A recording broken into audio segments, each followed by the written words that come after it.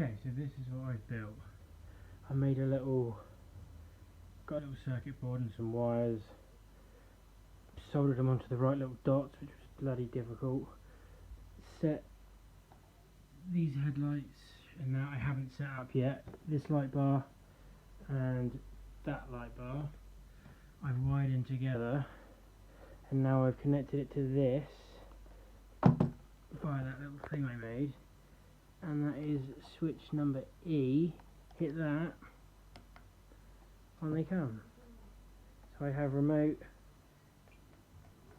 lights.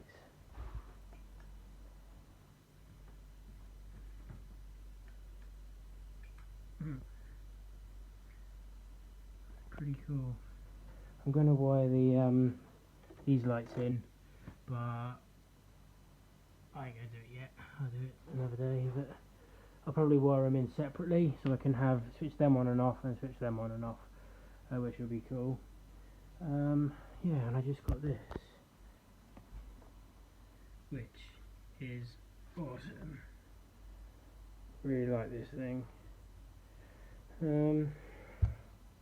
Lot of settings, but we'll get through it, figure it out. Alright, see you next time.